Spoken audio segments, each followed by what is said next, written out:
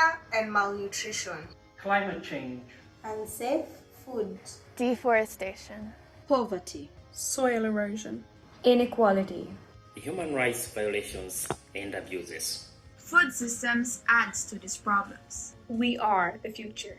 the young generations. But our future is uncertain.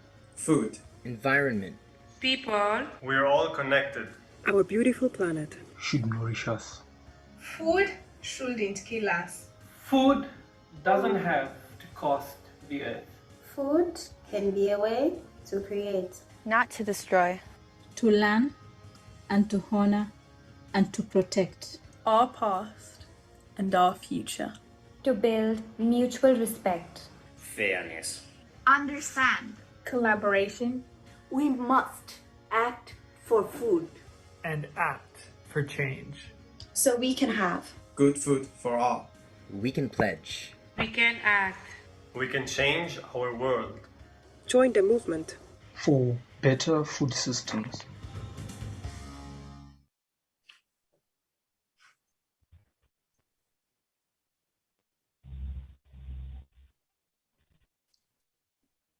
Hello, everyone.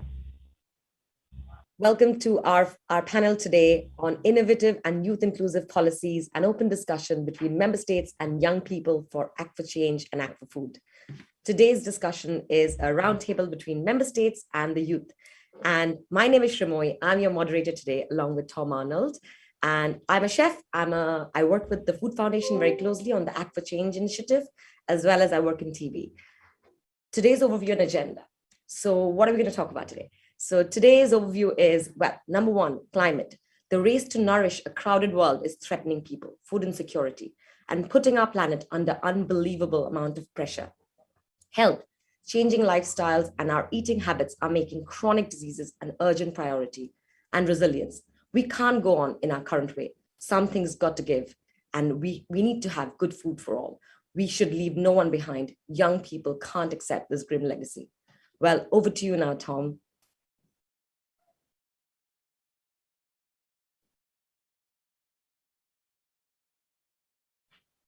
So we don't have Tom, my co-moderator yet, I think, Tom Arnold. So, well, I'll go forward then with the next section. So we're going to be talking about food systems everywhere need reorientating and make healthy, nutritious diets more available, accessible, affordable, and appealing. What young people can do to help with this transformation, and what are governments doing to help with this transformation? How can they work together? So now we invite you to hear this vibrant dialogue between member states and young people trying to make tangible change in this field. Warm welcome. And now I'm going to introduce our member states who have very kindly joined us for this panel discussion. And who do we have with us today? So we have Gladys Mugambi, Head Division of Health Promotion, Ministry of Health, Kenya. Thank you, Gladys. Dr. Muzammit Nazmanara Khanum, Honorable Secretary, Ministry of Food, Bangladesh. Thank you. Mr. Pavan Agarwal, IAS, Special Secretary, Logistics, Ministry of Commerce and Industry, former CEO, Food Safety and Standards Authority of India. And finally, we have a lot of people. We have Madeline Kaufman, FAO Coordinator and Food Advisor at the Swiss Federal Office for Agriculture, FOAG. Tom Pennington, Team Leader and Senior Policy Manager, Workforce Planning and Access to Labour, Department for Environmental, Food, Rural Affairs, UK Government. And finally, we have Dr. Sanjo Faniran, Technical Advisor to the National Convener, Nigeria for the United Nations Food Systems Summit. And now, before we jump into the panel, I'll mention a few housekeeping rules. This event is being recorded. Please keep your cameras on. We'd love to see your faces. And please introduce yourselves as well. And finally, do send us questions. We'll take all of them at the end of the panel. I'm sure you'll have plenty of questions. And now I'll let the youth leaders introduce themselves. Over to you.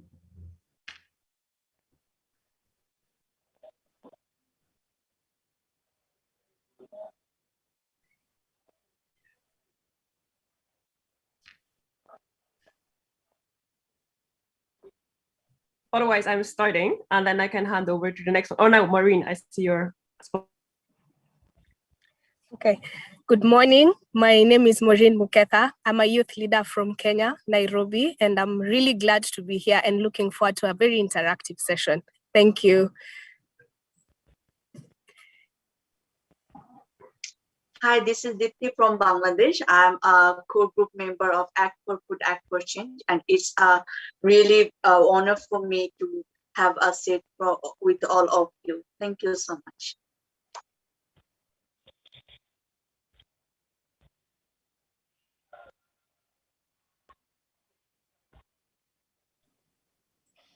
Hello everyone, my name is Priya Prakash and I'm a youth leader for the Act4Food Act4Change campaign from India, and I'm also the founder and CEO of HealthSetGo, and it's amazing to be here to talk about the food systems.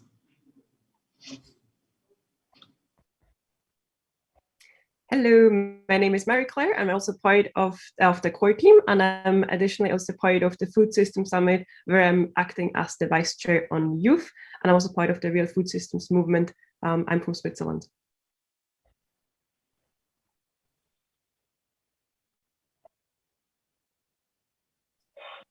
Hi, my name is Dev Sharma. I'm 16 from the United Kingdom. I'm a representative for Act4Food Act4Change from the UK. I'm also a youth MP in the British Youth Parliament. It's a pleasure being here. Incredible to see this amazing turnout, and I really look forward to the discussion.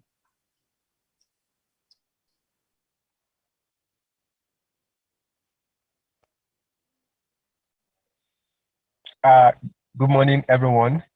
My name is Aziz Salau. I'm the youth leader for the core group member from Nigeria, and I'm super excited to join everyone on this pre-summit section. I look forward to a very engaging discussion. Thank you. Thank you to all our youth leaders. What a fantastic profile. I mean, they're all incredible and they're so young. That's just so inspirational. Well, without wasting any more time, I think we'll get into our first session already. It is with India, Nigeria, and Switzerland. And we're going to be talking about sustainable agricultural practices and soil. So, well, let's start with Mr. Pavan, with India, actually, which is also my home country. So, Mr. Pavan, I would like to know, what are you doing, or what is the Indian government doing to make sure that every child is getting a healthy and sustainable meal? And also, what are we doing to educate the youth about agricultural practices? I mean, India is a huge agricultural nation, and yet not many youth are involved in it, and not many of us know how to farm or do the basics. So what are we doing? Can we hear some from you?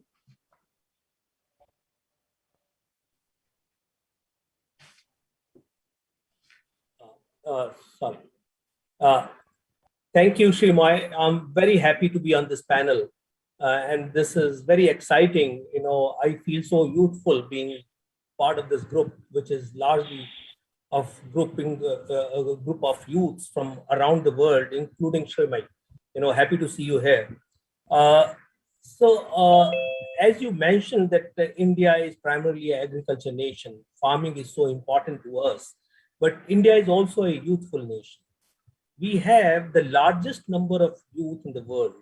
In fact, over 100 million more youth than China, which is next. So the youth power that India has currently, and this number of youth in India is going to rise until 2030. You know, and that is, you know, a window of opportunity for India to leverage youth power to transform food systems in India. And we recognize this fact, you know, early on.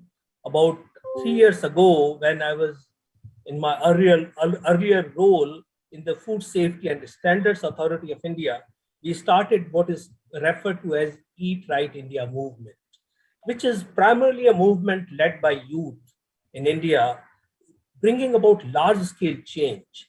As a part of that program, we, you know, Eat Right India had 3 legs. One was eating safely, which is the primary mandate of the Food Authority, but also, you know, taking healthy diets, and further, you know, focusing on sustainable diets. And it is where the role of farming and farm practices come in. Soil health is so important to us.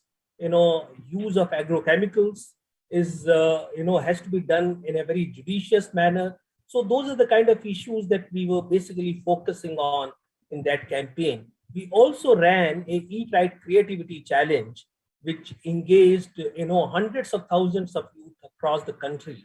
And finally, we also had a cyclothon, a relay, cycling, which involved 20,000 youth and created an environment for safe, sustainable, and healthy diets in India.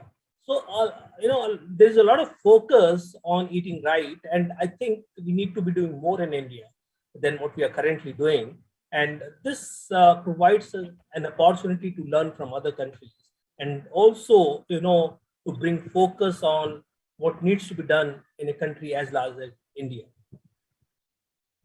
Thank you so much, Pawan. I mean, that's amazing. I actually didn't know about all these initiatives that India was doing. However, we do need to have the youth at the table, in making decisions well around farming, and also be educating them more. So let's hear from Priya, who's actually, kind of made herself at the table and doing a lot for the country, what she has to say. Priya, over to you.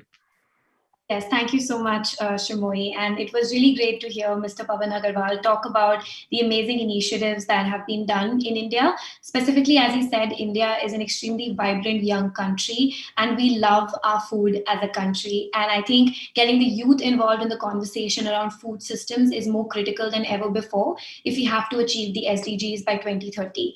And with the growing youth population that we have, me as a youth leader, I've been working with children in schools and colleges for many years now, trying to educate them about health, food systems, mental health. But I think what was really welcoming to me was that the Regulatory Authority of India, such as the Food Safety and Standards Authority of India, actually said, we want to engage the youth in these conversations. And I think it's the dream of every youth leader and youth activist that, one day our voice will be heard at the highest, at the government level, at the policy level. But in India, I'm so proud to say that that voice has been heard. And it was a beautiful experience. I was involved in the Eat Right India campaign, which was anchored by Mr. Pawan Agarwal. And it was a joint effort where we mobilized the youth, more than 100,000 youth who sent in so many of their creative entries about eating right, about food systems, about food waste. And I think the conversation in India is just beginning with the youth. And so what we believe is that if the government, if the member states and the youth work together, and I'm happy to say that in India already the youth are being given a seat at the table. Of course, there's a long way to go, but we have seen that if they work together, there is so much impact and so much change to be had. So if every child in India is educated from a young age within schools, if we do these campaigns, I believe that we have a much, much brighter future for the country, for the food systems. We can have sustainable diets promoted. And with leaders like Mr. Pawan Agarwal here as well, is, the fact that we are here talking together. It's a testament to the fact that the youth and the leaders out there in the government can work together and can create positive impact. Thank you so much, both of you. I mean, what came out to me is, of course, it's the obvious one is India is a massively youth-driven country with, the largest youth population, and, actually sustainability and organic and all of this is in our DNA. When we talk about food waste, I see my mother, even in my cooking, right? When I'm a chef, I try to use all the parts of the food, which in the West, I think the West can learn a bit in that aspect. But I think we still have a long way to go. And thank you so much, both of you. So we'll move over to Nigeria now. So let's hear from Gladys. Sorry, I'm so sorry. Let's hear from Dr. Faniran. I'm so sorry about that. So Dr. Faniran, every child should eat a healthy and sustainable meal. And we need to educate everybody about food and its impact, ensure young people have a seat at the table, create employment for young farmers and entrepreneurs in farming and agriculture. What are you doing in that aspect in Nigeria? Thank you very much. Ordinarily, Nigeria, as you know, we are not relenting in our efforts to making sure that youth are given preference. Ordinarily, when you look at the situation with developing countries, you see that a lot of things are happening with respect to our youth in terms of negligence. But what the government of Nigeria did is that in every situation, there's always a policy. So there's a youth policy that also addresses the plight of youth in agriculture and farming. And with regard to what we are doing now, with regard to the dialogue, the UN dialogue, youth were given preference. In fact, when we are doing the exploratory dialogue, youth were given preference to identify issues affecting them so that nobody will speak for them, but they speak for themselves. And that's one of the principal areas that the government has actually made an edge. We are not leaving youth to their task alone. Our youth are given preference, and we are trying as much as possible to make sure that policies are developed to suit youth participation in farming and agriculture from the farm to the table, because they are very key. They are the tomorrow of the country. And with that, the government of Nigeria is not relenting its efforts to make sure that our youth are given the best of opportunities, the best of support, the best of assistance that enable them to fly successfully in the food system. So thank you very much. I don't want to waste our time. Over. No, we have a lot of time for this debate. So, you didn't waste any time. Thank you so much for that insight. Now You're welcome. A Nigerian youth leader. Aziz, what is the youth in your country doing to, kind of participate more, he mentioned about farm to table or any, all these, activities around agriculture and farming? All right. Thank you so much for that question. So for us young people in Nigeria, first of all, we are not lazy, and we are now really getting involved in agriculture.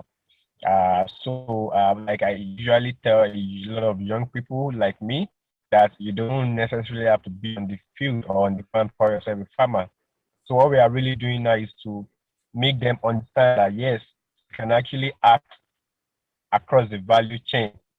You can be a marketer, you can be a producer, you can be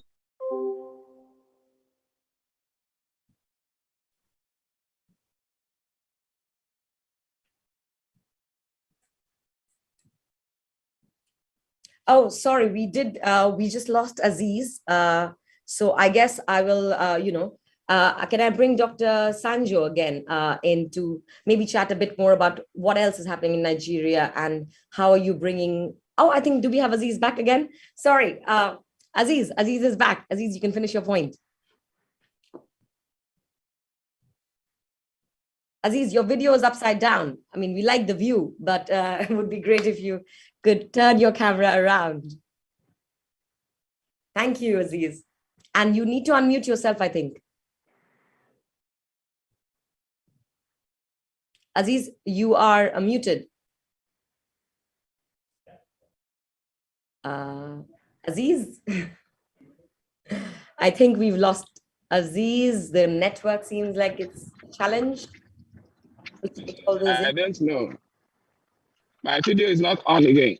Should we move to Dr. Sanjo for now? Let's figure out Aziz's camera. Let's move to Dr. Sanjo. So Dr. Sanjo, please tell us a bit more about, can you elaborate on your points about the points you made about farm to table, which I think is a very, very important point you made. And, there's also a lot of, malnutrition and, not everybody is getting food in their table. I mean, it's good to say farm to table, but, in reality, how do you implement that on a, mass scale? Okay, thank you very much. Like I said, as I'm speaking on behalf of the government and with respect to the government plan for the youth, and I emphasize much on policy issues. Particularly, I said there's a youth policy. There is also a nutrition policy and agricultural policy. All these policy documents are targeted at our youth. A government policy on agriculture is favorable to the youth because we have a large number of youth unemployment in Nigeria. And government believe that we cannot address youth unemployment without focusing on agriculture. And we believe that our youth, because they are young, there are so many things that are convenient for them.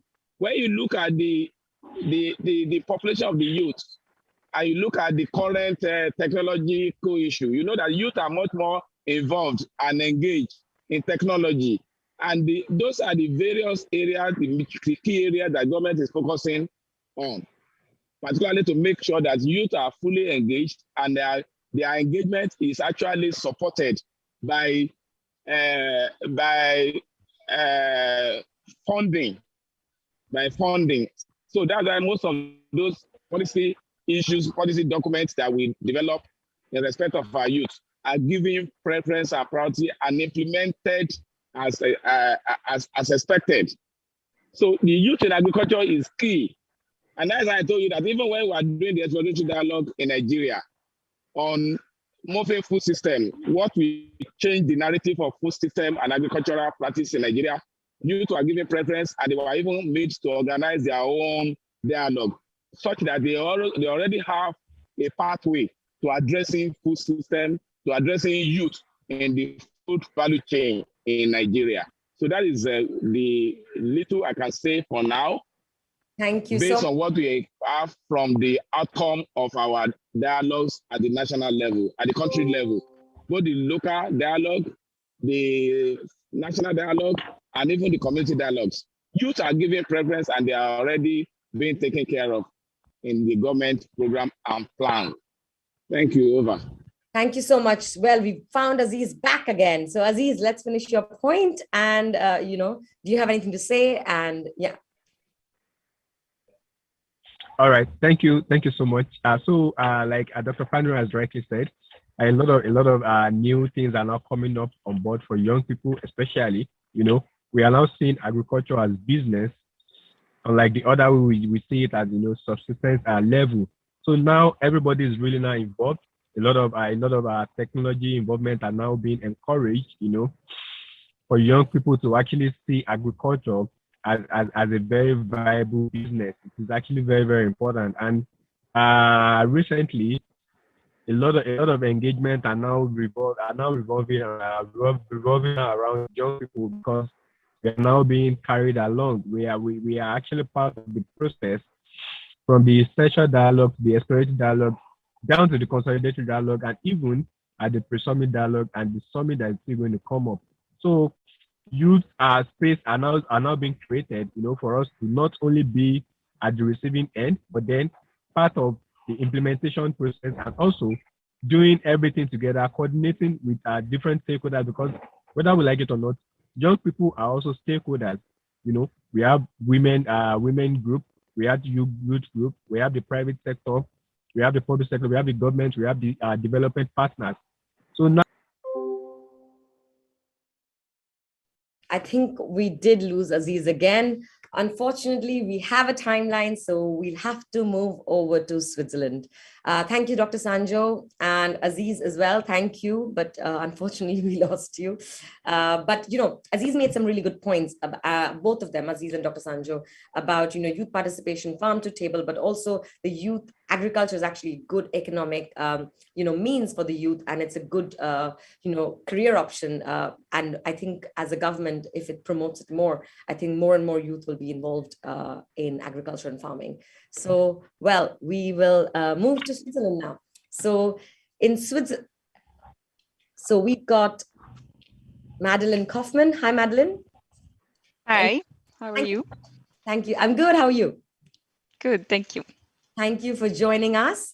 So Madeline, youth integration policy, strategy and sustainable development, and Switzerland is, of course, at the forefront of a lot of the sustainable goals, and doing a lot for in the space, in the sustainable space. So you also have very high-end machinery. So could you tell us a bit more about how Switzerland promotes the food system transformation through agricultural practices on local and international levels, and also what type of instruments does Switzerland have at a national level? If you can tell us a bit more about that, that'd be great. Thank you for giving me the floor and for this possibility to be part of this panel, and for this excellent idea to bring youth leaders and governments together to discuss the current challenges. It is an honor for me to take this opportunity to briefly outline what actions the Swiss Federal Office for Agriculture is currently undertaking, as you said, to promote the transformation of food system towards more sustainability.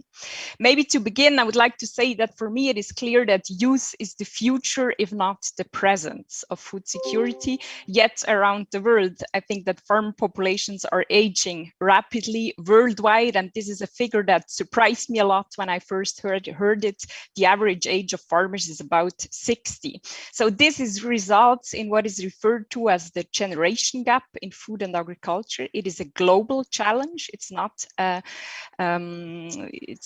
depending on what country we are talking about. So it's this wide range of countries today around the virtual table is in this sense very much welcomed. So over the last year, Switzerland has helped to raise awareness of this topic, the generation gap, in the multilateral context, in the Food and Agriculture Organization FAO, but also in the Committee on World Food Security, CFS. And we are pleased to see that the role of youth as important actors and agents of change is gaining greater attention in the Rome-based agencies and beyond, be it through the recently adopted Rural Youth Action Plan of FAO or also the upcoming CFS workstream on youth, where Switzerland will be actively engaged.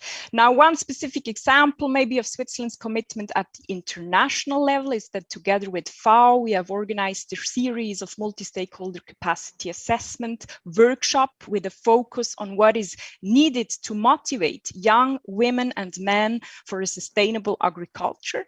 Main findings: first, we need an enabling environment. We need to have the right youth-sensitive policies and laws in place. We need the right education, and we need to give youth the access to a wide range of services, be it land, financial services, etc. And I think this very much links up with the actions for change that have been presented. Now, when we turn to the national level, also in Switzerland, farmers are getting older. More than half of Swiss farm managers are older than 50 years. In our Swiss agriculture policy, we do have specific instruments to support young people in the sense of a successful establishment in the agricultural sector in a sustainable manner. For instance, a startup aid instrument for young farmers under 35. So it's an interest-free investment credit. And we made additional proposals for youth-sensitive policies to the Parliament on the agriculture policy after 2022 that has been suspended by the Parliament for the moment. So there are programs and initiatives for the youth, but I personally believe that we still have too little programs and initiative by and with the youth. So more needs to be done to hear the voice of young people. And maybe one last example is this, in this context, is the 2030 Sustainable Development Strategy recently adopted by our Swiss Federal Council, where we are now currently reflecting on setting up a deliberative process, elaborating recommendation for policymakers for a comprehensive food policy, and youth leaders need to have their seat at that table to bring in their perspective. It's an interesting case because in that case, we have been approached by a youth group with this idea, among others, and we are currently discussing with them its feasibility and our criteria also. So it's a good example where a youth group kickstarted reflection also at government level. And I think I will leave it there. Thank you. Thank you so much. And I think you made some really good points about how, you're making it more, you're making agriculture and farming more attractive for the younger people by, giving different benefits. But I think, also at an education level that I've always wondered, right? How do you make it a glamorous profession, like, that a sought after profession, like medicine or engineering or, banking? How can we make that? I think that's an interesting conversation, and we only have the youth to ask. So, well, let's get Mary Claire in. Yeah, thank you so much, also Madeline, for outlining what Switzerland is already doing, and maybe also for giving a little bit of context for our international audience. Just a month ago, actually, like 5 weeks ago, Swiss electorate, so everyone above the age of 18 and who is a Swiss citizen, had the chance in a popular vote to vote on 2 sustainable agriculture-related initiatives. And unfortunately, both of them were heavily rejected. So one was about clean drinking water and healthy food, so no subsidies for using of pesticides and prophylactic antibiotics. And the other one was about artificial pesticides. So both of them were heavily rejected, especially also in the countryside where I'm coming from. So I live like surrounded by farmers, and it was a very, very hard time to talk to the farmers about this. It was, it was very tough to be here and like kind of advocating for sustainable, healthy food, but also for climate action, and seeing how many farmers are, very much against any of the change. That's why I think you already mentioned, Madeleine, about the education. And I think there it's also really important that we have an intergenerational educational approach, because as you mentioned, most of the farmers are above the age of 50. Also here in the countryside of Basel, the farmers are probably like even older. And so it's great to educate the young people about it, but if we as the young people do not have access to it, and then we see what the older generation is currently like, literally like putting like all the toxic chemicals in the soil, and which then goes into the water we're all drinking. It's great that the young people are kind of empowered, but if we do not really have access to it to change it, it's like an intergenerational, I see a big intergenerational, a growing intergenerational gap, not only in who actually owns the farm and runs the farm, but also in how young people are, for example, with like the agriculture with a vision, Landwirtschaft mit Zukunft, for example, advocating for these changes, advocating for having citizen assembly, that we are not only voting yes or no, but actually are part of the planning. And I would love to see, and also hear maybe from you, how we can move towards rather like a dialogue, and bringing all the actors and stakeholders together, and together work on something better, instead of like creating even more of these clashes, right? That the older against the younger, the more educated against the less educated. And also, as you mentioned, Shrim, that you have like that agriculture is kind of seen as like, okay, if you fail like in school and everything else, then you maybe can go on the farm. And this is unfortunately like not as like, as I'm just mentioning now, but it's still something that, especially in the countryside, is it's not seen as a job with prestige. And I think we need to do a lot to change this. And I do unfortunately like see some attempts, but not enough to really boost this transformation. So maybe, Madeleine, do you have some visions or something, also according to the Act4Change you have been seeing? Yeah, thank you for this very interesting reflections you just made, and I try to respond. So you mentioned one very important point, so the two referendums that the citizens voted in mid-June to ban synthetic pesticides in agriculture. As you said, they got rejected with about 60%, I think. So what I want to highlight there, you mentioned the intergenerational gap. I would say there is also a huge gap between rural and urban areas. What we saw with this referendums, how people voted, is that also there is a huge difference on how people voted in urban areas and how they voted in rural areas. For many farmers, as you said, it seemed two extremes, these referendums, a threat to their livelihood. For many people in cities, it seemed the only real way forward. So I think personally, I believe this is not a good development, that we have this great, this difference. So we really need to bring people together again, to sensibilize and raise awareness of one side and the other. There are many attempts also maybe to bring people from the urban areas again back to the countryside, that they visit farm, that they see how farmers are producing, that they find the dialogue between people living in the cities and in the rural areas. So this is maybe the first point I wanted to direct. So not only an intergenerational gap, but also a gap between urban and rural areas that we need to address. Then one important point that also has been addressed is the attractivity of the sector. You also mentioned it, Shri, as well as you, Marie-Claire.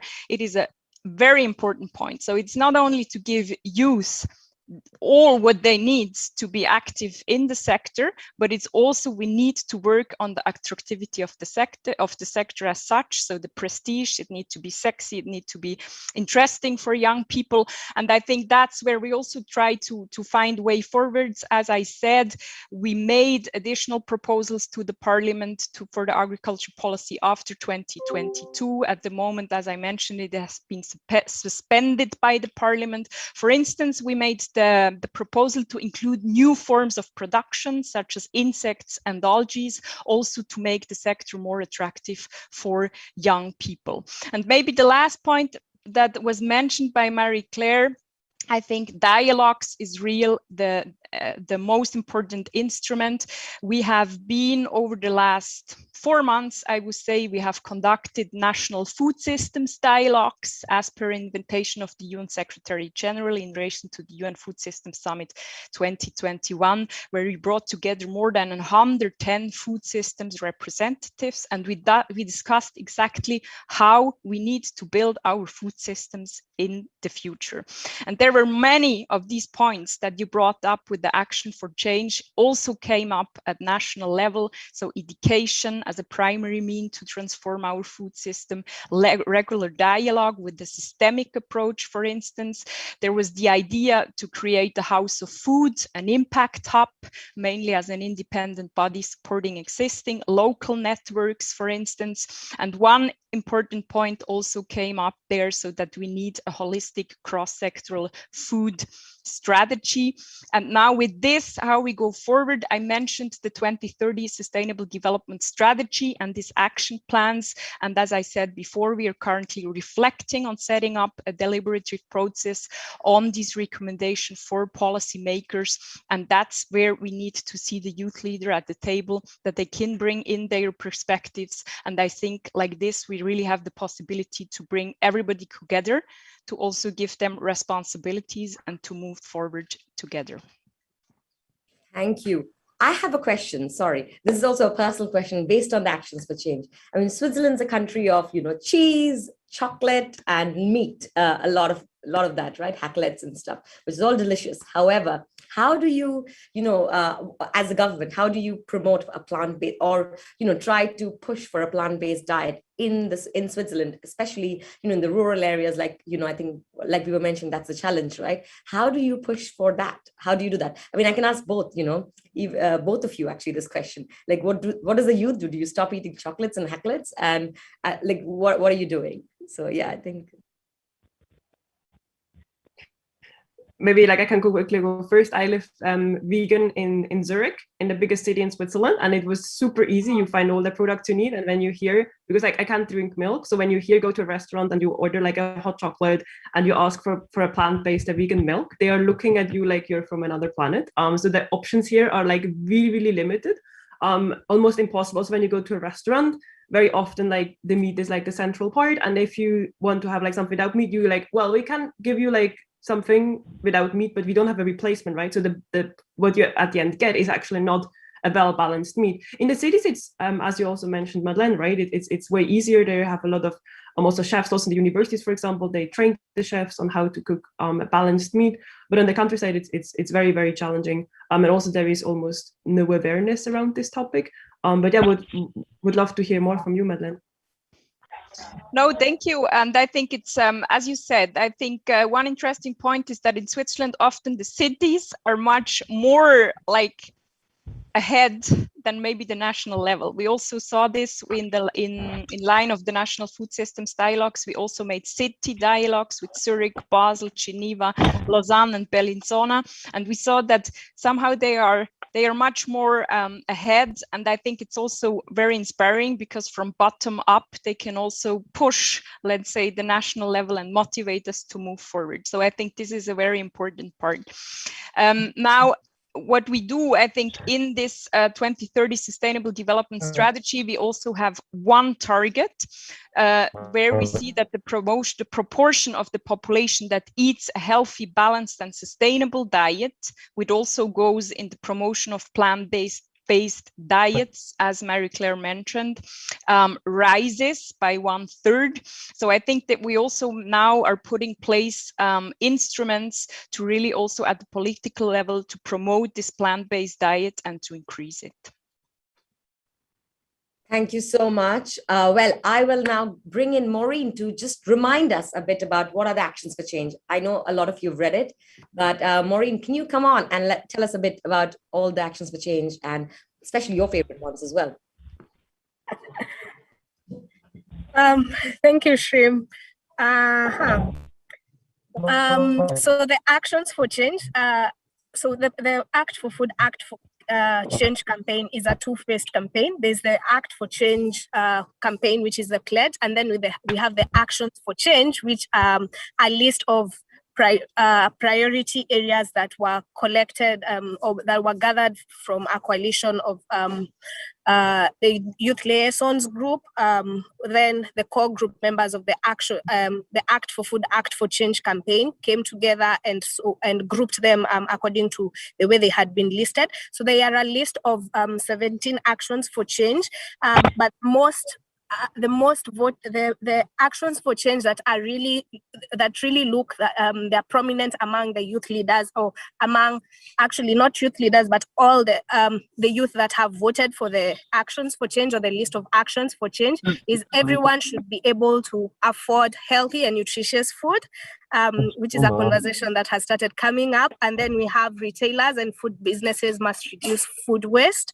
It's unfortunate that we are wasting a lot of food is being wasted, while in other parts of the world, people are going even to bed without food. And then the other actions for change that is a top priority is that every child should be able to eat healthy and sustainable meal at school, college, or nursery. So this is in their lifetime.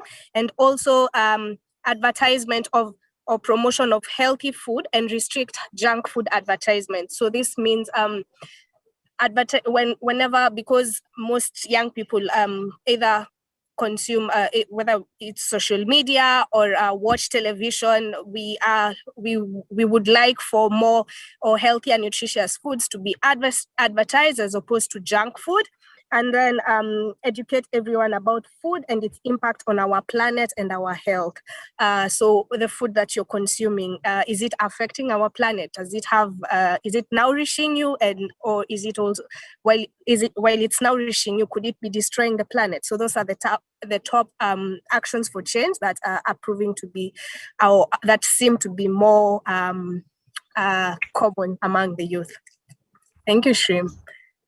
Thank you so much. Well, can I just again bring in Mr. Pavan and Priya just to talk a bit more about India before we move to Q&A. So thank you, Pavan, for joining back, and Priya, if we can have you back. So Pavan, I have a question for both of you, actually. I mean, India is a country where there is huge malnutrition, but it's there in both sides, right? There is malnutrition in terms of obesity, but there's also people going hungry to bed every day. And there is junk food advertising, Lay's and Kurkure and all these brands all over the internet, Pepsi, Coke. So, you know, and that's for the people who can afford it. And then of course, like the poor people who can't afford it, but also maybe are scraping through the streets and having those. How can we solve this? What can we do to solve this issue? Let Priya go first. Sure. So, you know, Shimoy, this is an issue actually quite close to my heart, because for myself as a child, while growing up in India, these are the kinds of foods that I would consume pretty much on a daily basis. And I remember as a young child, you know, putting on a lot of weight, being overweight. And, you know, when you spoke about malnutrition, of course, I was on the overweight and obese side of malnutrition.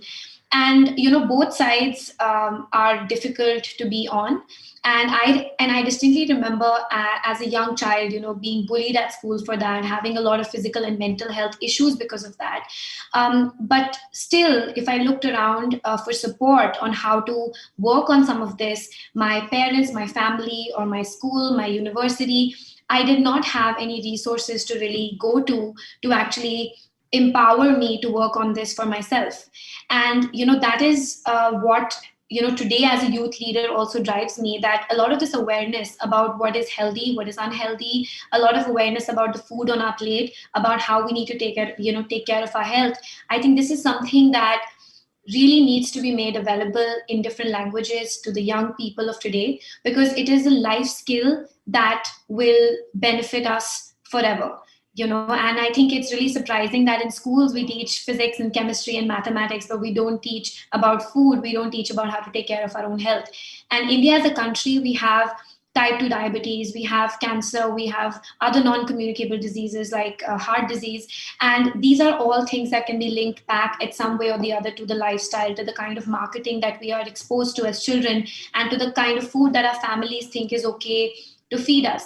And today, every child, who gets a chance to ask their parents for money would go into a shop. What decisions are they making? Are they making healthy decisions? Are they really looking at the kind of foods and the kind of aerated beverages that you spoke about? I think if we can change that decision of a child going to a supermarket or going to a market and saying, I want this instead of this, I want the healthier option versus the unhealthier option, I think that is a movement that can happen ground up.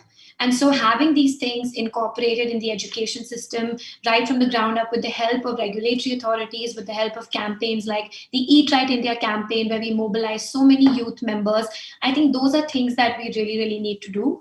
We are taking steps towards that. But of course, it is nowhere close to where it needs to be, because as Mr. Pavan Agarwal said, India is a very young country. And of course, the other side of malnutrition, which is children who are not, who are underweight, who are stunted. There is a huge midday meal program. There are a lot of programs that need to happen on that side as well. And it has to be a combination of the youth, and I'm sorry about the light that just went off, of the youth and of the government authorities. So I'll just, now pass it on to Mr. Pavan Agarwal. Thank you, Priya. I think you covered it all. And in fact, from Priya's personal story comes also what governments can do in this respect. In fact, the government action is often not very useful or not very successful in these contexts, because we put in place a school food regulation. We also put in place guidelines for advertising by companies, but much of it is primarily focused on packaged food. And as I'm sure that all of us are aware that in India, in particular, packaged food is only a small fraction of what we eat.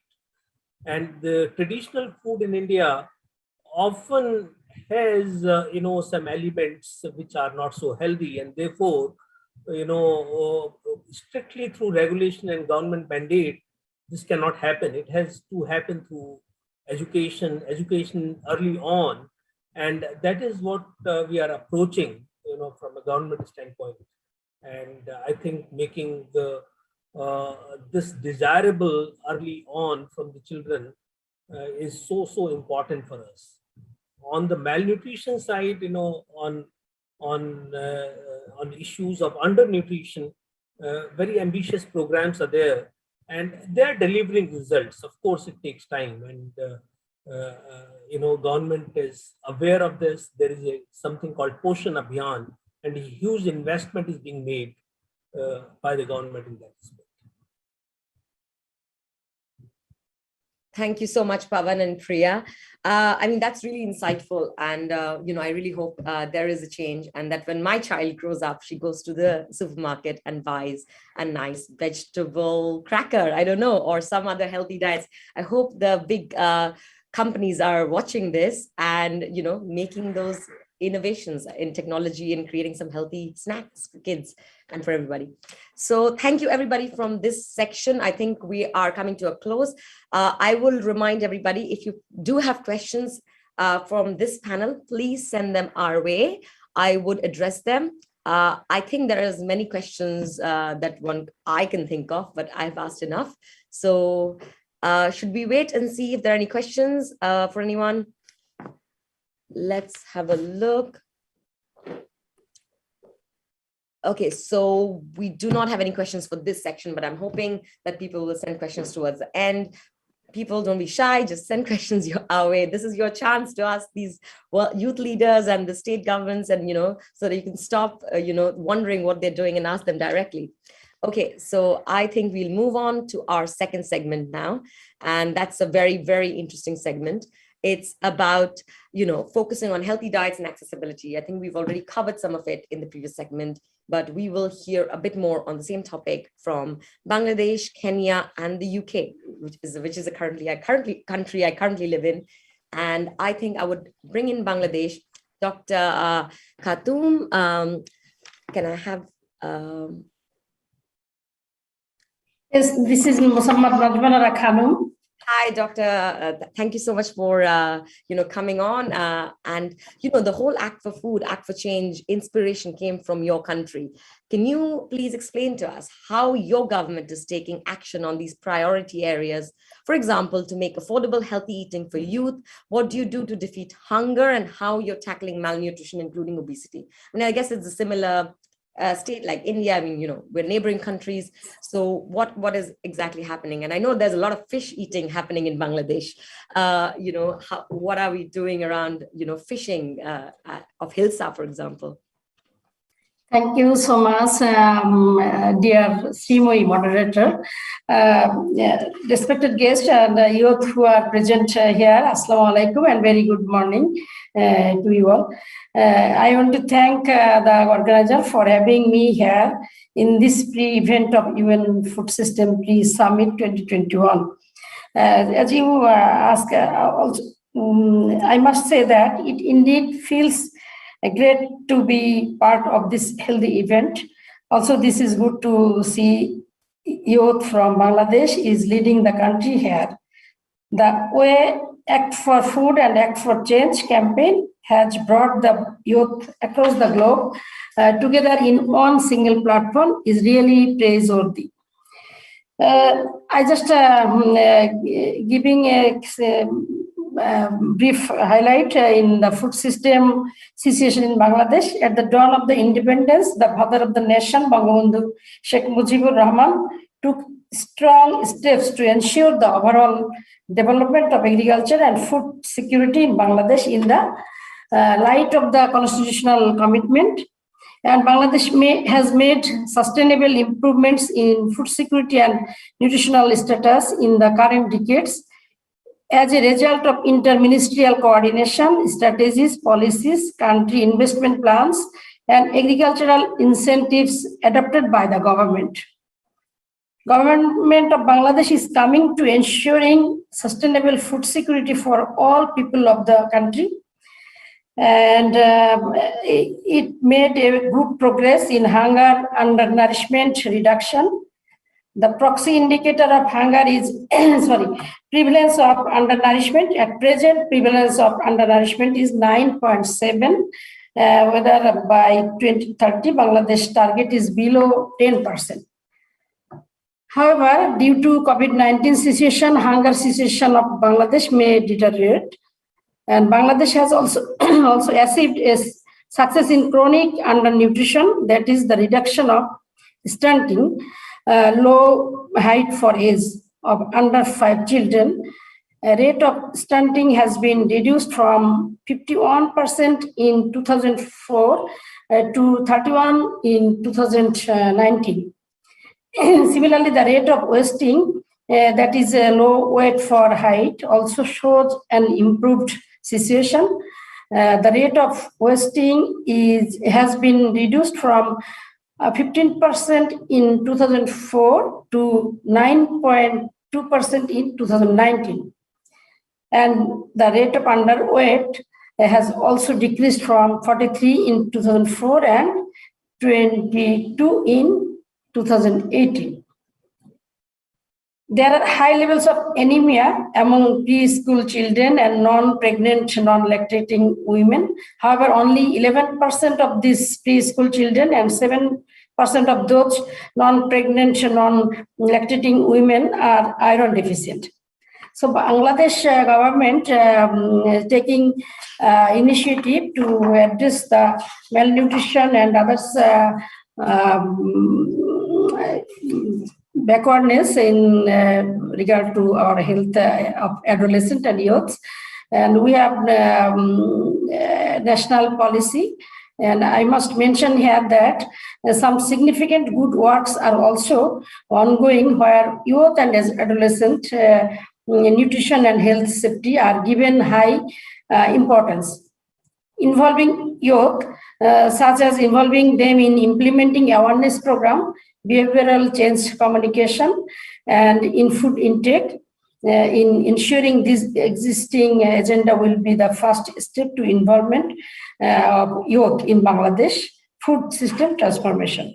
The government of Bangladesh has been implementing the national nutrition policy second national plan of action for nutrition, and the second country investment plan for nutrition sensitive food system, and National Food and Nutrition Security Policy 2020, which emphasizes the importance of targeting adolescents while improving the nutritional status of all citizens and mobilizing resources and investments for vulnerable populations.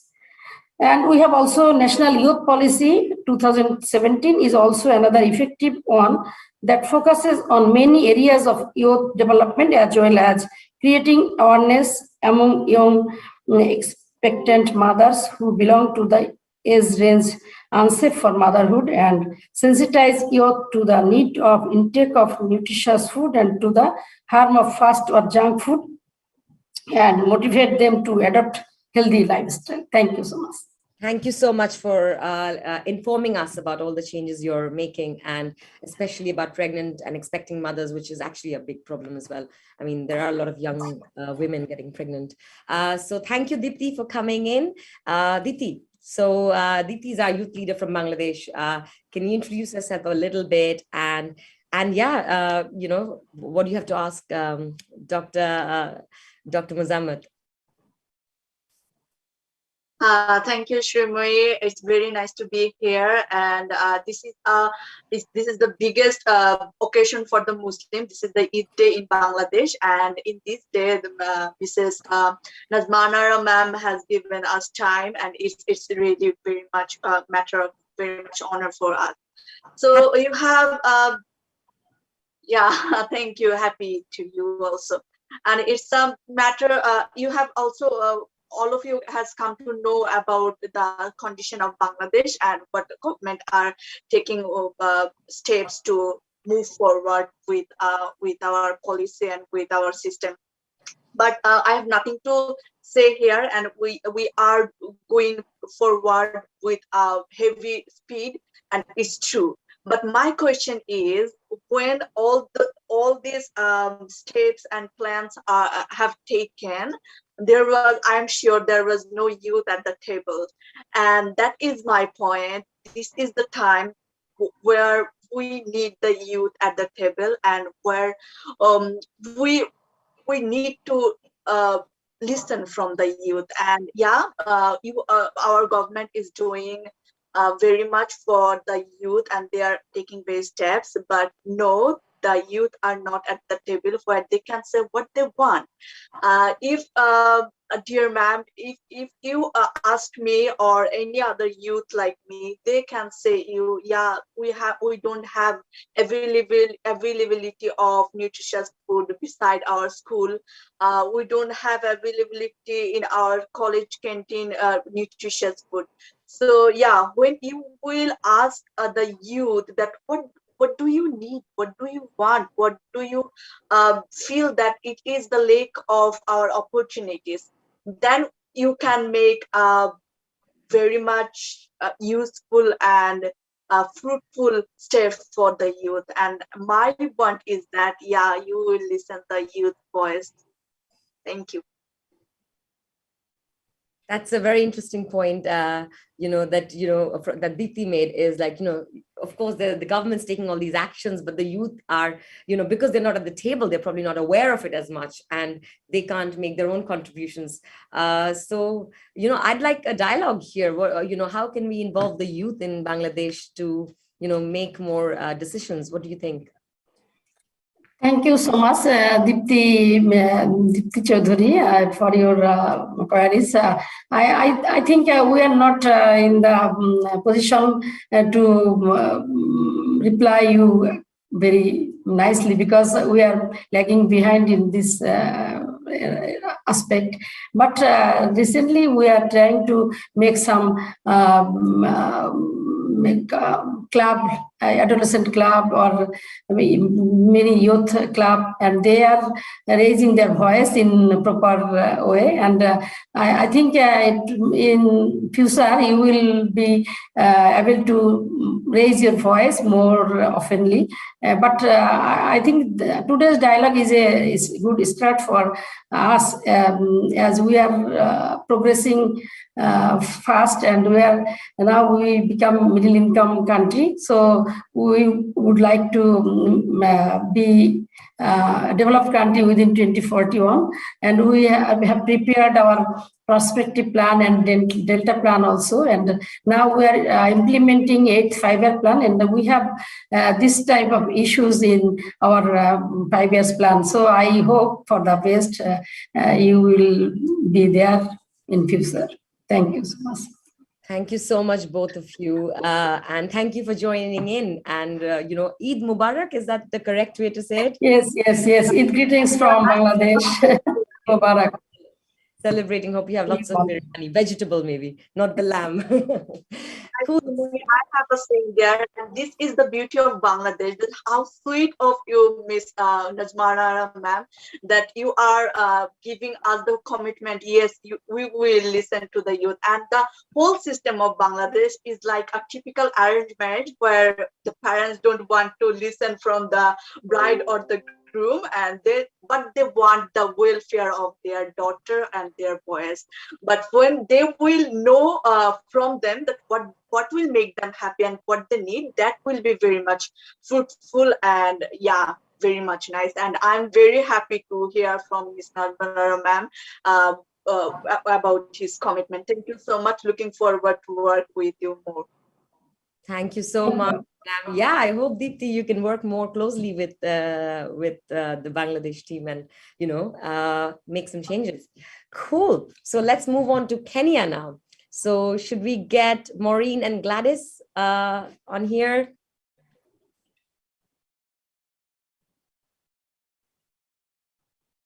Hi, Maureen. I think. Hi. And I think we're going to get Gladys as well.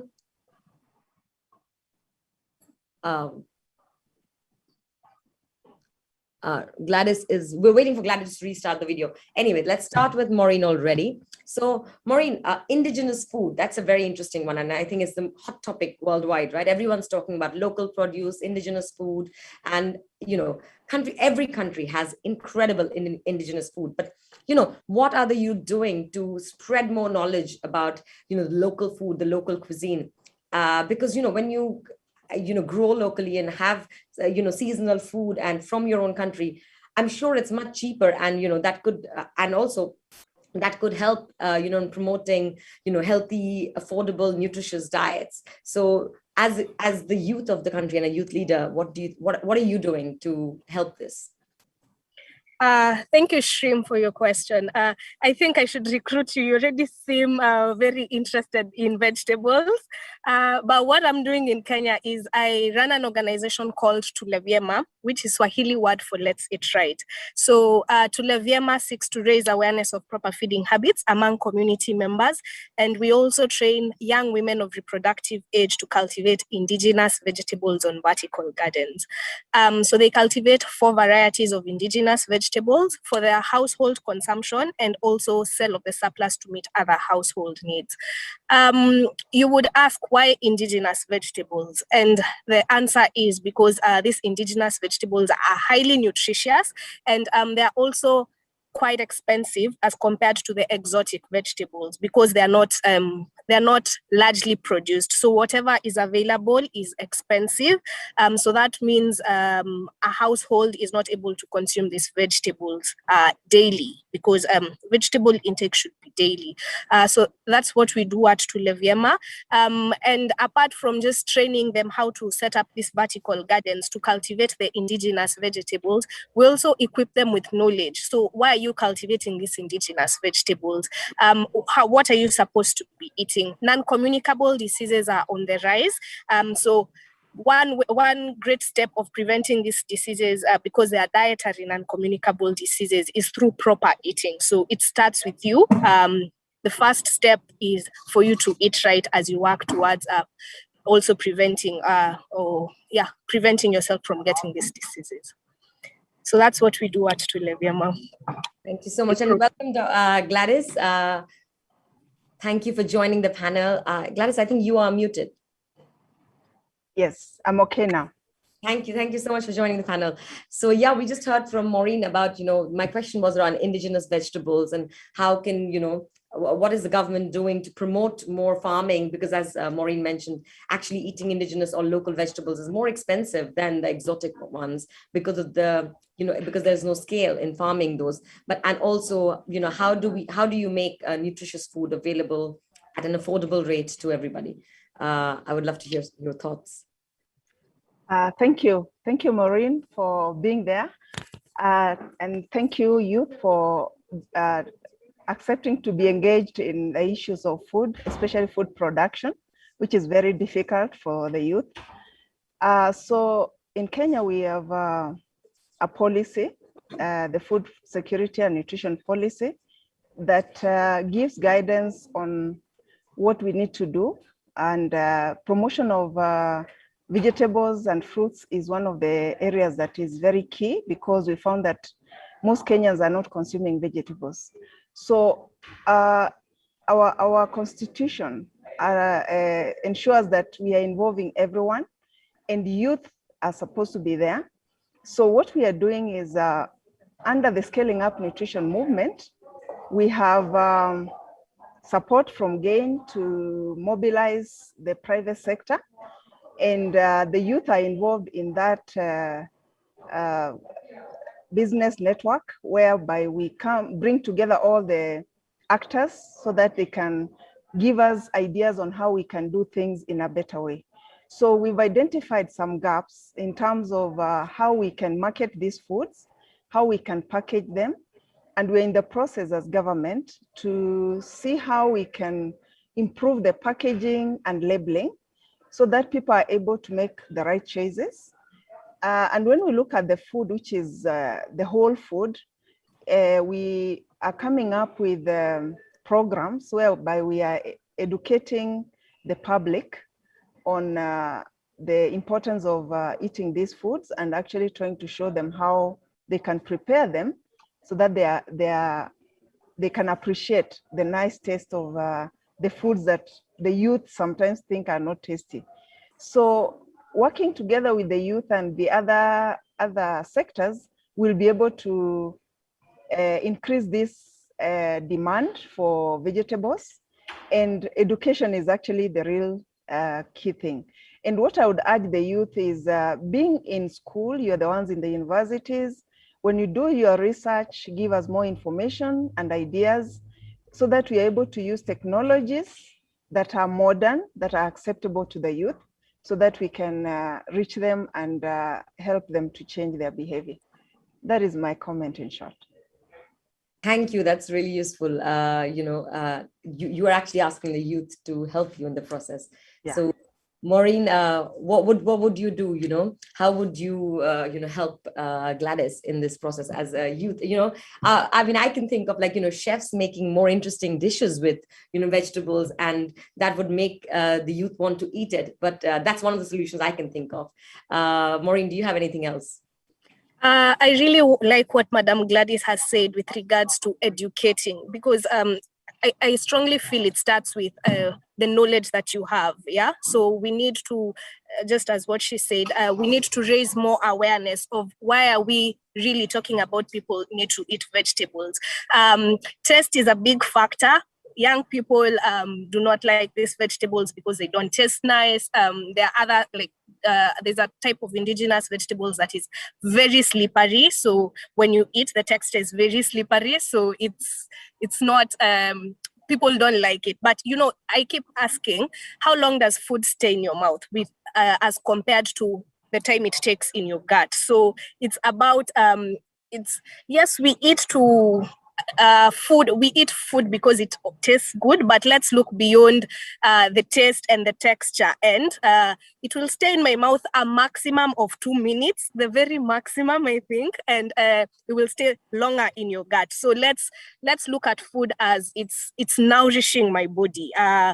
And it takes 21 days to form a habit or to cultivate a habit. So I don't think there's anything impossible. It's all about learning and understanding and appreciating why we are doing it. And yes, she talked about also innovation, how to make how to get young people more involved in agriculture and more so cultivation of production of the indigenous vegetables. That could be something like, you talked about vegetable crackers. I'm really interested to see how something like that can come up. Instead of just snacking on like normal potatoes, we could snack on cassava crisps, on arrowroot crisps, and now vegetables, more so indigenous vegetable crackers. So yeah, and healthy snack bars. Just cut them into thin strips and then put them in the oven and it's done. Cool. Thank you. I think we're also, we're on a timeline, so we have to get UK in now. Thank you, both of you, for joining. Well, let's get Dave, my favorite friend. We've done stuff together, and let's get Tom in. Hi, Tom. Hi, everyone. Thank you so much for having me, and even Barak to our colleagues who are joining on this holiday. Thank you. Absolute pleasure. What an amazing event. Thank you for having me. Brilliant. And thanks for joining, Dave. So I'll start off with an open question. So I believe we've all, I think you've read the Broken Plate report by the Food Foundation, and there was some really key finding for the UK, right? And part of it was about affordability of food, which is, how the poorer part of the population have to spend 40% or more than that of their annual income to afford a healthy diet, whereas the richer few have to spend very little. So there's a big imbalance, even in a country like UK, right? Yet there is so much vegetables going to waste. I mean, Dave and I did a project with the Felix project and, different other things. And you can see the amount of food waste that goes on every day in restaurants and supermarkets. So, and of course, then there's the advertising of, unhealthy food, but we've got a really good result out of it. Thanks to all of you that, advertising ban for children's, food has been put in place. So I guess these are my open questions to the UK, and I would let the two of you debate it out. Sure. Deb, do you want to go first or should I? No, I just want to say thank you so much for having me, Shrim. That was incredible. Yeah, we went to the Felix project. We saw how much food waste there was. Tom, I'll let you go first and then I'll add on later. Yes. So as a little bit of overview and a slight caveat. So I am a senior policy manager within a very specific team within DEFRA, which works within the sort of agri-food chain directorate. So we think about all things to do with food supply, resilience, but my team that I work on is particularly interested in labour, which has a very specific but still relevant interest in all of the questions that I think are coming up today. So it's been great to hear other people speak. In regards to food waste, it's a very, very interesting one, because as with sort of all things to do with labour as well, it's about the whole food supply chain. Every level of the food supply chain will be involved in some degree with making sure that food is delivered to its intended destination and that it's properly used without, creating too much food waste. And as you say, I mean, there are lots of examples, I think, within the UK and beyond about how that process isn't completed successfully. So for me, as a sort of labour policy specialist, my first interest is making sure that agricultural producers have a sufficient and protected, but also flexible and productive workforce. And there are all sorts of complicated questions which come into play with that. So at this point in our sort of stage of thinking about the next step within our agriculture system, so leaving the European Union has changed how we think about our own farming system and given us the opportunity to think how we can make things best work for ourselves. Part of that is thinking about how do we create a secure labour supply chain for the next generation of growers to make sure that they are that when they are producing food, which has, nutritional benefits to the UK, how can we make sure that they have the workers to harvest it, to pack it, to ship it to their either sort of wholesalers or supermarkets, and then also do that within the sort of timeframes that you need to with fresh produce. So it's not just about having people there to pick it at some point. Sometimes you need to pick it at short order in order to fulfill a supermarket order, or deliver it where it's intended to go, and make sure it gets on the shelf in enough time to be bought and cooked and consumed before it goes off. And obviously there are lots of sort of complicated there as well. I think a little bit wider in terms of sort of food waste, there are things that happen within the UK which are there to support where those things aren't achieved. So for example, there are a couple of fabulous charities, such as, I think one that comes to mind is RAP, who work specifically on making sure that where there are opportunities to mitigate food waste, and there's a sort of assumption there that some food waste is going to occur, then what can we actually do to solve that? And obviously the timeline is very short. So if you've got a sort of cabbage which is going to go to waste, you have a particular sort of time frame before that cabbage rots. So you need to make sure that whatever your solution is quickly getting it from A to B. And there are a number of things that we sort of do in those charities do in that respect. So for example, they will have grants for specialist teams to visit farms where a crop may be wasted, and they will go and produce it. And also you're starting to see sort of the emerging practices within sort of private sector companies which specialize in making sure that food waste isn't going to occur. So I'm thinking about these the sort of wonky carrots and spotty apples food delivery services, which I personally absolutely love. I think it's great, but that isn't necessarily a systematic problem. There is still a sort of policy question there for government to think about, and how can we make sure that that supply chain works as efficiently as possible, and also make sure that long-term policies are there to facilitate like resilient supply chains. So it's not just about timeframes, it's about thinking across the next 10 years, how are we going to make a policy that means that year on year farmers can be confident that they're going to, be able to grow, harvest and sell at a profit to their customers. Yes, sorry, I don't want to ramble on too much. I'll give the opportunity for someone else to speak. I could speak all day. No, that's fine. Thank you. That was very useful. Dave, over to you. No, Tom, I think that was great. And I think you hit it right, like on the head in terms of policy, the difficulties with policy, but also what we can really get out of it and what it can lead to. So my name's Dev, I'm 16, the youth MP for Leicestershire. Leicester's a region in the United Kingdom, so I sit in the UK Youth Parliament as a youth MP. I'm also an ambassador for the Food Foundation and a UK representative for the Act4Food Act4Change.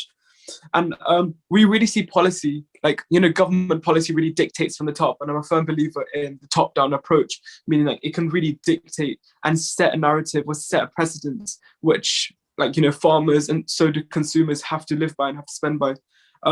We see that a lot recently where the government did a policy decision to introduce junk food. They banned junk food advertising online.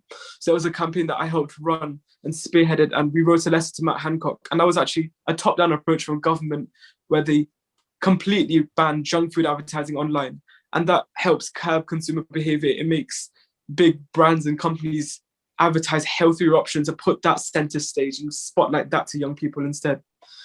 I think you hit a really good point because of course, like with policy, it's like, I had a question for you actually. I wanted to, so we can of course see policy as a way to change, the driver to change. Is there also something where we as individuals, or we as people, or as a society need to change? Because I saw this really interesting statistic, which was, and I'm working in catering at the moment, I just finished school, 16, so I'm doing this catering job. There's so much food waste, and it's enormous amounts of food waste by the time you finish a wedding and you put that in the bin. It really shouldn't be. But I saw a statistic which said actually like 3/4 of food waste comes from households. It's not from, I think it's above something above 3/4.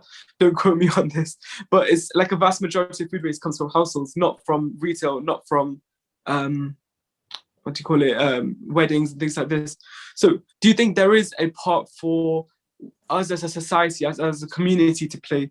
So do you think, yeah, that's probably the first question. And secondly, what can we change at the farm end? And this is probably going to something else, in production for fruit and vegetables, for fruit and veg to become more accessible and affordable and cheap, so that the consumer, by the time the consumer has it, it's accessible and cheap and affordable.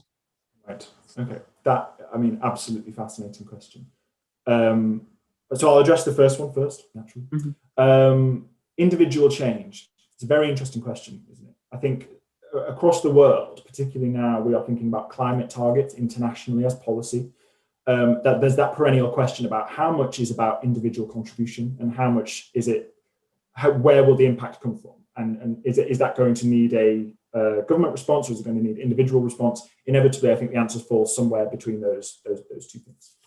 So in terms of individual change and what the government can actually do, I think that there are, beyond simple top-down policy decisions, which I think, as you're right, are really important and are not in short supply at the moment as we think about how we change our food system. It's about creating cultural change and encouraging cultural change. So as we sort of approach new and innovative ways to frame our agricultural system and our agricultural policies, with that comes a host of questions about how we can communicate and influence the necessity for those change to people on an individual level. I think part of that is, on a personal level, I think part of that is incentivizing people to engage in those practices and then sort of helping them see the light themselves while also producing benefits for them. A part of that is education. And, this comes at a really interesting time where we've just had a food strategy published, an independent sort of food strategy which makes recommendations to government, and a lot of those are focused around education. So how can we embark on educating young people, providing resources for young people and sort of new parents in order to sort of increase and improve nutrition and sort of practices around eating and sort of buying practices, along with some other sort of more tangible sort of tax-related things. So in terms of, there's another sense you can do this as well, because ultimately, if you're thinking about how government can change this, then you have to think about the most effective ways that we can reach people. And ultimately, I think that essentially falls down into sort of local services. So I'm just thinking on a personal level now, and I think I live in a sort of one of the more far out boroughs of London. And my view of how we buy and essentially consume and then throw out the remains or wasted food has completely changed based on how my local council does it. My local council has an amazing system whereby it's very very logically set out the way you sort of recycle waste food. We have a very clear communication schedule, and ultimately that has been fed down through local council and government priorities. So I think more of that, thinking about how we can actually sort of reach people on that level and encourage cultural change. Your second question was around how we can improve things at the farm end. I mean, that again is a massively interesting and hugely complicated question.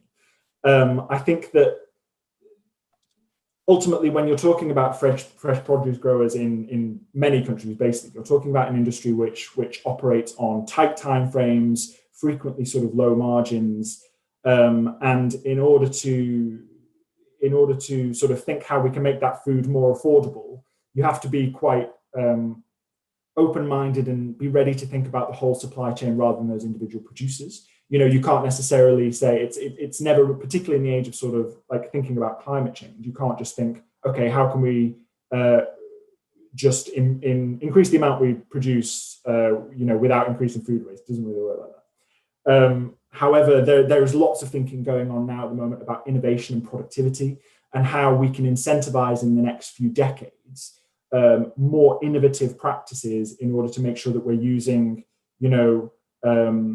the same land to either grow more or grow more nutritional products, and also reduce the sort of wasted risks down the supply chain as well. And a part of that is labor, part of that is making sure we're engaged with sort of private companies in the supply chain to understand what our goals are in that area. And a part of it is making sure that we're bringing new people in, like the youth generation, as the people on this call, who have these amazing ideas about innovative practices, and they're having a real influence on the food system. And that is something that is absolutely being taken seriously as we move into this next session. And I find it very exciting that there is a generation under me who are better educated about these issues, are more motivated than previous generations have been, and are more in touch with the new technologies in order to be doing it. So it's very exciting. I hope that answers your question.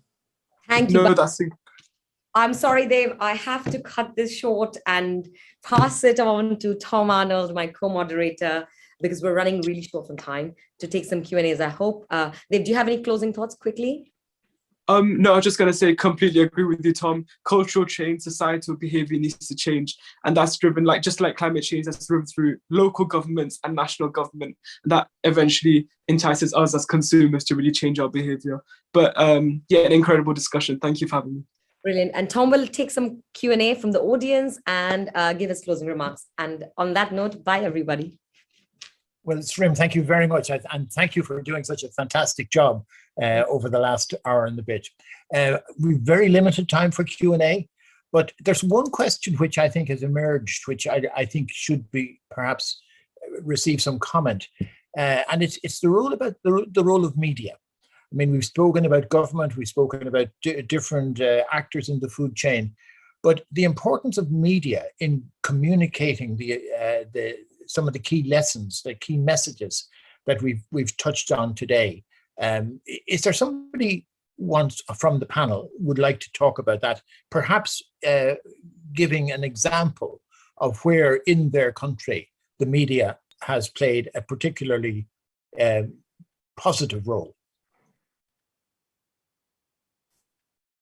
Yeah, Tom, can I come in from India? Yes, by all means. Okay, so in India, I think like media elsewhere in the world, what is paid media and what is unpaid media is not very clear. So media left to itself, I think the big food businesses who may be selling junk food may have an upper hand in reaching out to the consumers. And messaging around nutritious food, safe food is very difficult to reach. So in the food authority, which I was heading, we made a deliberate attempt to reach out to the media and engage with them. And the conversation began to change slowly. It did not happen overnight, but it had begun to change slowly. I think there's more conversation on healthier diets, more nutritious food, on food safety than ever before. But I think this is a very, very important area of concern, because what gets talked about is basically what consumers believe in. And if healthy diets and discussion around that is not talked about in media, in society at large, consumers will not adopt it. They don't attend these seminars like this. So I think we have to reach out to the mass media or even social media in a more targeted manner. I'll close here. Thank you very much, Pawan. Priya, would you like to comment on that, and also Maureen? Priya, you're yes. Great. Yes, I think I completely agree. I think what we just spoke about, I think the power of the youth, having the youth come into the decision-making process. I think Maureen was also speaking about that earlier on, about how we need to educate the youth about a lot of these themes. And so what I feel is that if the youth are involved in this process, if the youth are also educated in our institutions, that is where we are finally going to have things changing. And I firmly believe that this decade, between 2020 to 2030 is sort of the decade where youth activism, the youth voice is really starting to be heard. And if that voice is heard at every major decision-making table, if that voice is heard from the ground up, like I think it was being mentioned, a top-down approach, but I think in this case, the youth at this point are not at the top. And so the more inclusion that we get at the top, we can actually create that change from there. So that's what I truly believe. Thank you very much, Priya. Maureen? Yes, just to add on to what Mr. Pawan has said with regards to media. Yes, media is a very powerful segment that should be trained on nutrition. And through the Sun Civil Society under the leadership of Madam Gladys Mugambi, Sun CSA has also been able to train a journalist who is now who is now a nutrition champion. So whenever we need communication, like nutrition communication, now that journalists are now nutrition champions, they are able to better communicate this message because they've been able to receive some training, which enables them to better communicate whenever they are now reporting this. So I totally agree. Media is a powerful tool to use to raise awareness and also educate the public.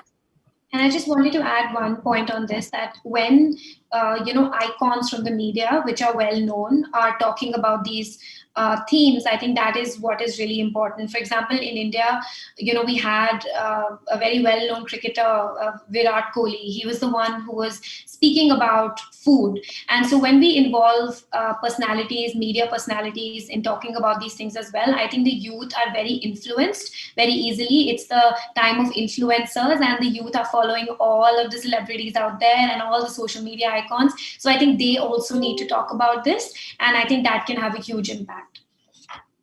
Dev, you indicate you'd like to speak? Yeah, no, Priya, I couldn't agree more. So in the UK, influencers play a massive part, just as much as mass media, because mass media is where we get most of our information from.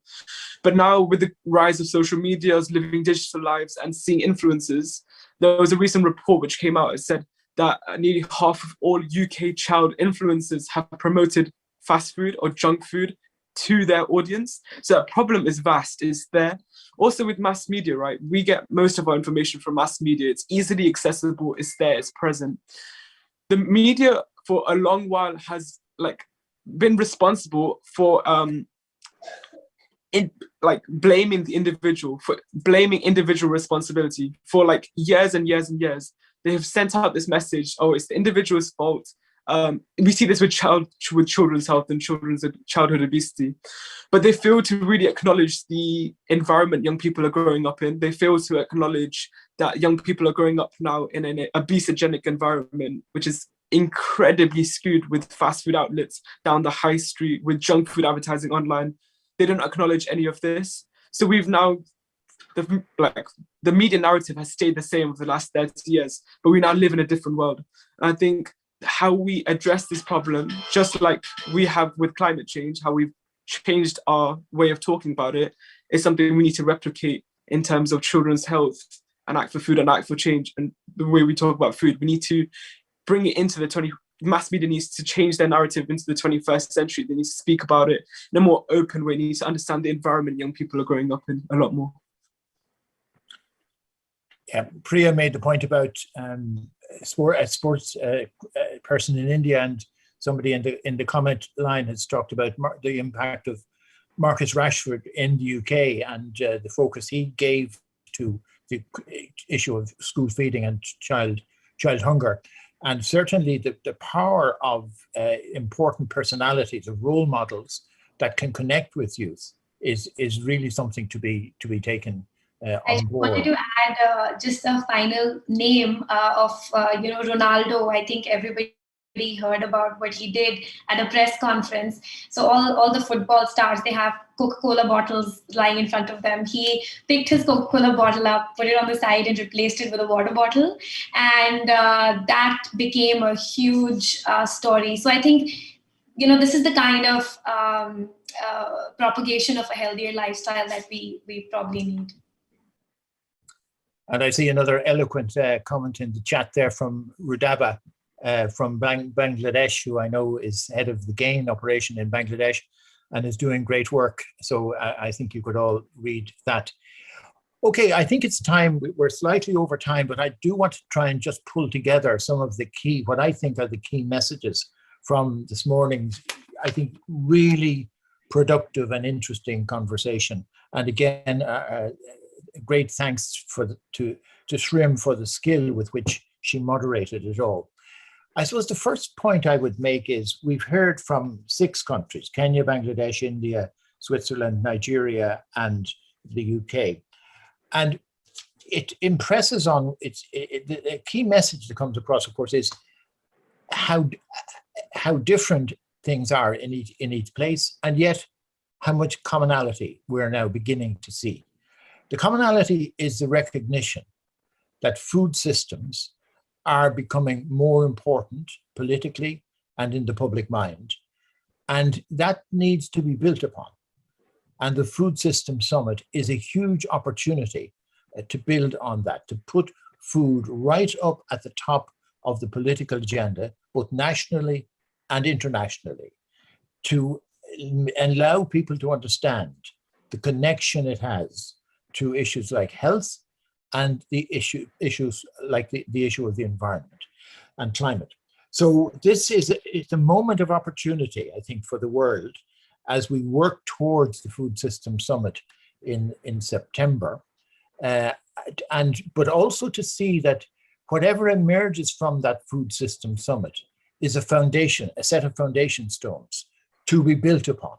And the real test of the Food System Summit is the longer term impact that those policy decisions and policy changes arising from the summit may actually have. So that's, I suppose, my very first point. The second one is even that we have diversity according to national circumstances. There are huge opportunities to learn from each other. And there was a discussion towards the end, Tom Pennington was talking about waste, food waste. And I think over the last 5 to 10 years, there's been remarkable progress in many countries in facing up to the issue of food waste and connecting it to food poverty. And that has frequently come from social enterprise, enterprise that enable, social entrepreneur connecting up between the charity sector, the supermarket sector, and the government, and putting together a model whereby a lot of the food that formerly was going to waste is now put to good use.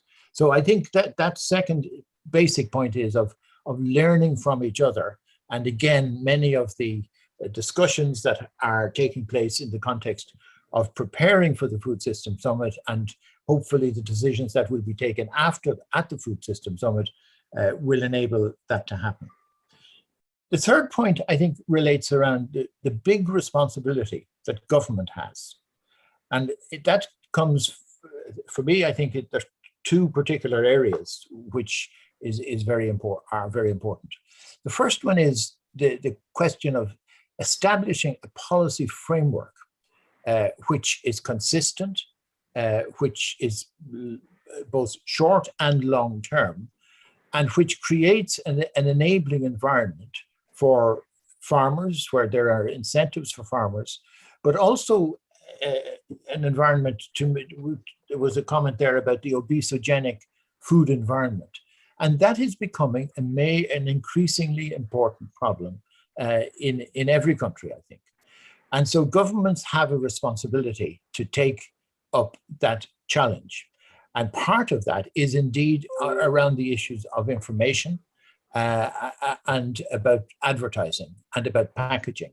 So I think there are many governments which need to take a more proactive role in this area than they are currently doing. And again, I hope that is one of the areas that will emerge as a key message for the future from the Food System Summit. And the final general point that I want to make is, and it's exemplified by this morning, the critical importance of youth, their role, their role for the future. I mean, the youth is self-evident. The youth are our future, and in so many areas, the need to make sure that there is a consciousness among the young people of the world about the importance of food. That has to be built into education, into formal education, but it also has this, and this we get back to the role of the media, the huge influence now of social media, and how this is the way to communicate, to get youth on board. I mean, Dev, I know, he said he was part of the Food Foundation in the UK, which is a remarkably good organization and which has been connecting out to youth over the last number of years. And so we need more examples of organizations like that in other countries to really directly connect with youth. And side by side with that, and this was a question that emerged in the discussion of Bangladesh, the issue of the youth voice, the requirement that youth are at the table where decisions are made. Now, if there is one clear message coming out of the Food System Summit, it is that there is a real attempt to ensure that that is happening. And that needs to be an outcome of the Food System Summit. I know Sophie, who has been involved in helping to prepare this meeting, is vice chair of one of the bodies associated with the Food System Summit. And more of that needs to be replicated, particularly at national level. So they're the four main points I would draw from the really fascinating discussion. I'd like to thank everybody who participated this morning, all the contributors, all the people who wrote notes. And would I hand it back to Sophie, or who wants to close this out? I think you're closing it. I'm closing it. Okay. Well, in that case, I am closing it. We are 10 minutes over time, but we are 4 minutes ahead of the time I was given as an extension. So thank you all and enjoy the rest of the day. And thank you for such a really interesting discussion. Thank you. Thank you so much.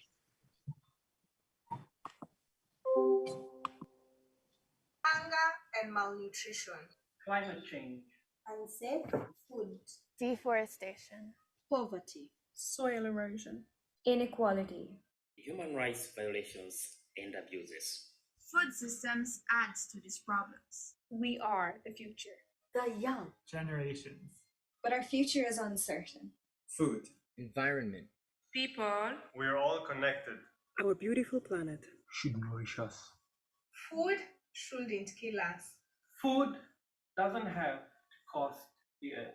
Food can be a way to create. Not to destroy. To learn and to honor and to protect. Our past and our future. To build mutual respect. Fairness. Understand. Collaboration. We must act for food. And act for change. So we can have good food for all. We can pledge. We can act. We can change our world. Join the movement for better food systems.